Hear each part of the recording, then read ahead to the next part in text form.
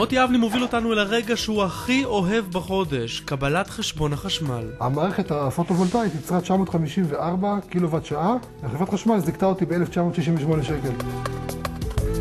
במצב של היום נדמה שהאנרגיה הסולארית הזו שנמצאת על גגות של הרבה מאוד ישראלים היא ההשקעה הטובה ביותר. הוא ייצר ב4 חודשים האחרונים 2,600 קילוואט שעה, היום הוא ייצר 17 קילוואט שעה.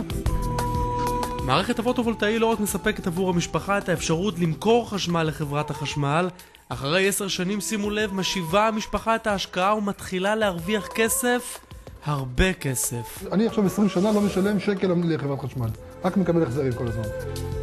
חברת הביטוח הראלי היחידה היום שמבטחת את המערכת הפוטו-וולטאית מפני אובדן הכנסה. אם יקרה נזק למכשיר עצמו, אנחנו נפצה את המבוטח הן על הנזק לרכוש והן על אובדן הכנסות שנגרם לו. זאת בכלל לא אופציה לא לבטח את המערכת. בלי ביטוח, כל הכסף בעצם חשוף. על כל תקלה של גניבה, ונדליזם או נזקי טבע, יש לך אובדן הכנסה לכל השנים, ו20 שנה זה לא דבר שהולך ברגל.